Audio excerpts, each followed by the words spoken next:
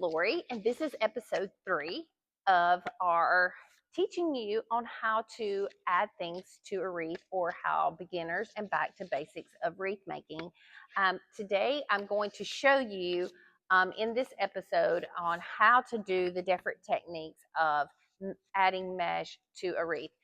There's a lot of different wreaths out there that you can add mesh to, but we're going to use the basic work form, and I'm going to show you the different types of mesh techniques out there. So this episode is about the techniques that you can do with mesh, whether it's 21-inch or it's 10-inch wide mesh. So if you're joining us today, actually subscribe to us, hit the like button, and comment to us where you're from. I'm Lorie. This is tmigifts.com. Today, the first technique that I'm going to show you is how to do a bubble and a poof with 21-inch mesh. Okay, so you guys, I'm going to use a work wreath. Okay, this is a pencil one. You can actually get the ones with the bigger tines on it, but this is just a wire form that has these tines on it to allow you to attach your mesh to it. So the first method that I'm going to do is going to do a bubble. So I'm going to take a 21-inch mesh. This is a TMI exclusive mesh. I'm not going to cut it. I'm just going to throw it down in the floor, and I'm going to just take the end of it and I'm going to gather it up. This is a really pretty mesh. All of this product can be found at tmigifts.com. This one is a TMI exclusive. And what I'm going to do is I've opened the tines of my work wreath here. And when you attach mesh to a work wreath, there's several different ways that you can do it. You can go all the way on the outside and then come back on the inside. You can start on the inside, go to the outside, or you could go from inside to outside or outside to inside. Whatever way that you choose to do it, just work with it and play with it a little bit and figure out what method you love the most and how you like to do those wreaths the most. Okay, so when I'm going to use a 21-inch mesh, and I'm going to do a bubble is what I'm going to do. So I'm going to start on the outside of my work wreath, okay? And I'm going to take those tines. Now, if you want to buy a cheap wreath out there and use Chanel stems and try to work in there, I don't suggest that to a new beginner, because you're going to work really, really hard and you may not get a finished product. So make your life easier and your job easier, and invest in a work wreath that already has the tines on it for you to attach to learn how to do this. It makes it so much easier and your hands to work a little bit better. And as you get more developed and you want to save a little bit of money and you want to go through all those processes, you can. But I've learned that sometimes trying to go save the money on some things ends up costing you a whole lot more, because you don't get more bang for your buck when you start to sell your wreath. Okay, so I have attached the end of it here, and you're never going to see that once you get finished with everything. Okay, so when you're doing a bubble, I'm going to take my mesh and I'm going to bubble it up, and you're going to take probably about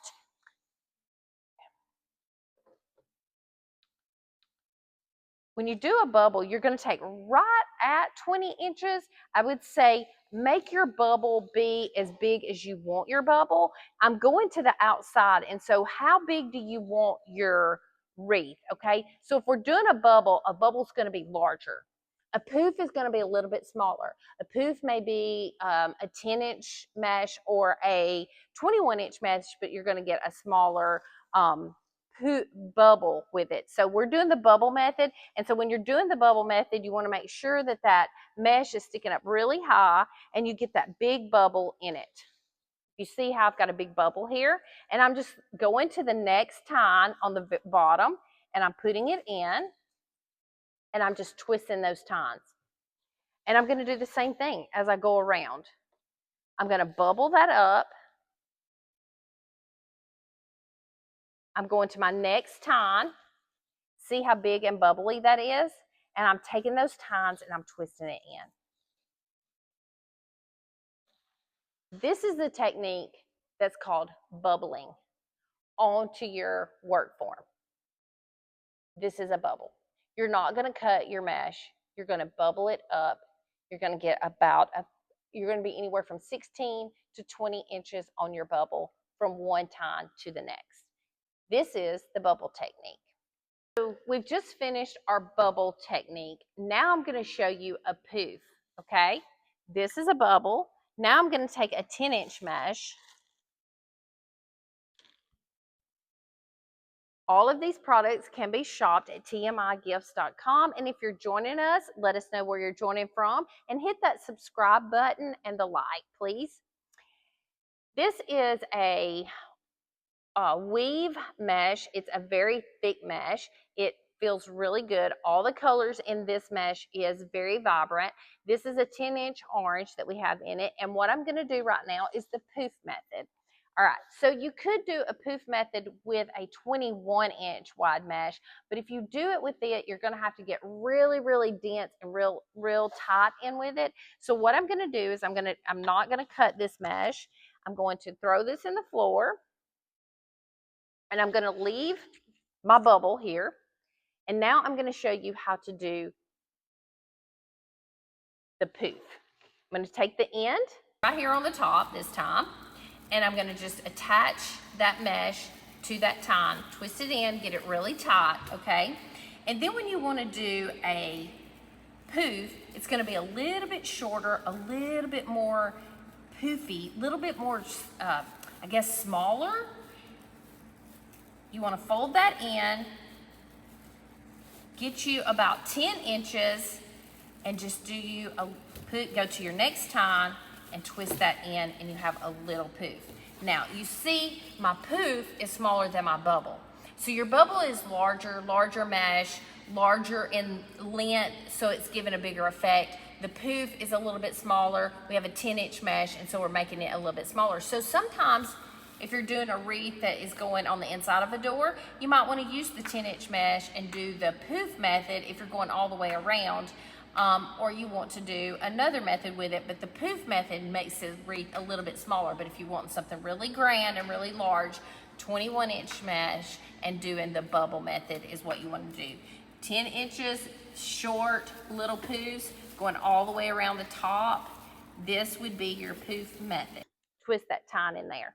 If you're wondering what you do when you attach your mesh, if you're doing the bubble method or you're doing the poof method, when you start, you want to finish your whole wreath.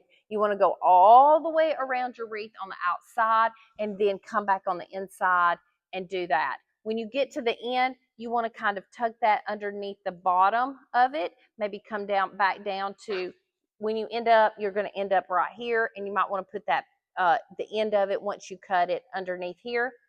Doing the same way with here. I started this one on the outside. You can do whichever one you want. If you want to start on the inside or the outside, it doesn't matter. Find your preference, play with it, figure out what's good for you and what you love the most. If you're doing this poof method here and you go on the inside, once you get back around to here, you're going to jump to the outside, go all the way around the outside of it. When you get back to here, you might want to tuck up underneath and land into this where you started, and then cut your mesh off. That's where you're going to cut your mesh. You're never going to cut your mesh until you get the whole thing completely finished. And the next technique is a cruffle. Okay, so I'm going to take my mesh here on my mat, and I'm going to cut my mesh at 20 inches long. I'm going to cut me several curls here because we're going to use all this mesh and we're going to attach it to our wreath. And this is a smaller mat. If you're a beginner, you might want to do a smaller mat.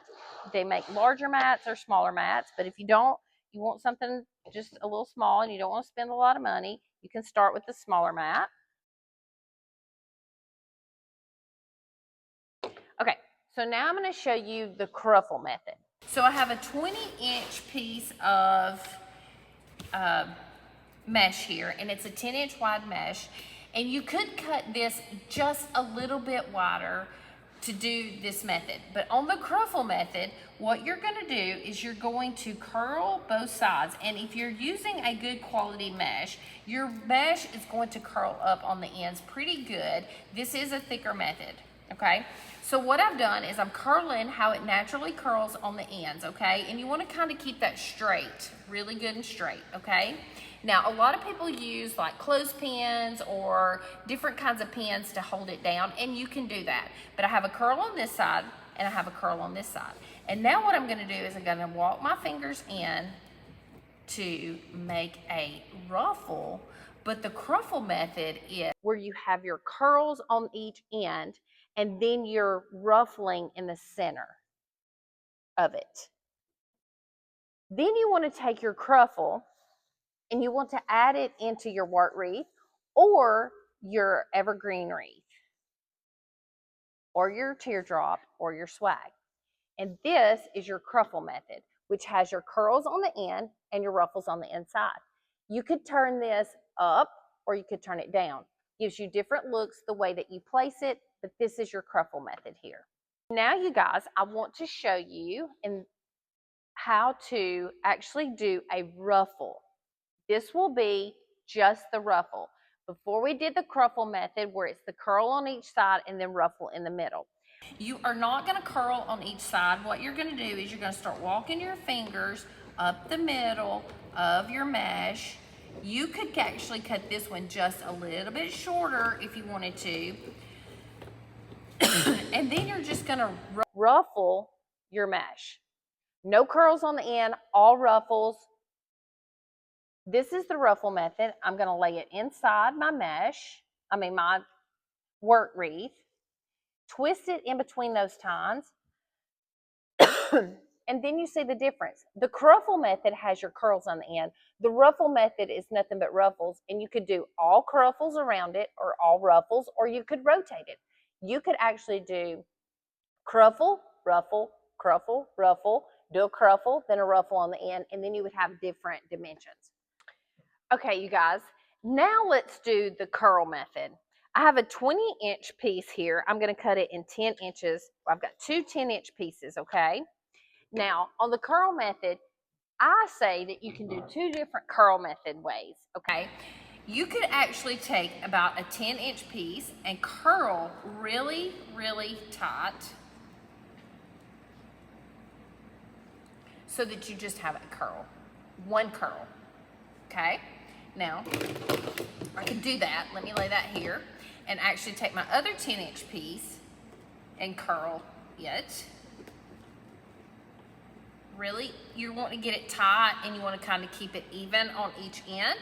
And then here I have two curls, and I can put two curls together and actually lay them into my tines of my wreath.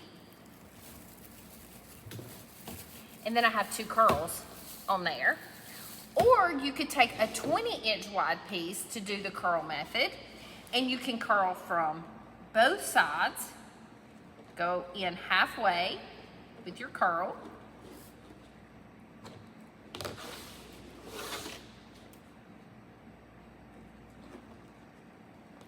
Go half, all the other halfway on the other side, and then pinch it in the middle, and you have your two curls together here. And you can attach them into your wreath as well.